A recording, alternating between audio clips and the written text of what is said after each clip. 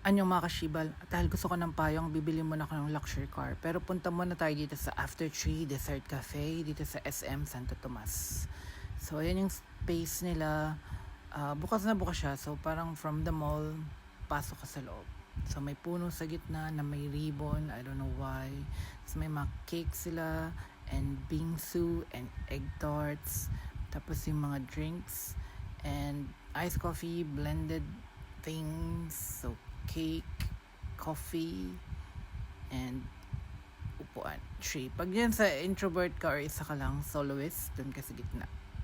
Or kung gusto mo kung saan, bahala ka sa buhay mo. So, may CR din sila dun sa loob. So, yan, video, and screenshot para sa picture. Tapos yan, while waiting for our order. Tapos, ayan ulit. Sige, video ulit. Picture. Tingnan sa likod. Baka may netizens. So, yan ang in-order ko. Parang mango, coconut, frap. Or parang blended drinks nila. So, i-try natin. Wait lang. Yeah, maasim. Maasim yung mangga. Maasim talaga. Kaya hindi mo ma-enjoy.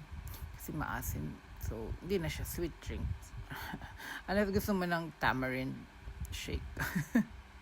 So, trinay din namin yung iced coffee with my sister. Not so good din. So, video muna ulit. Para makita nyo yung bird cage. Yan. So, 5 shibal points. Iced.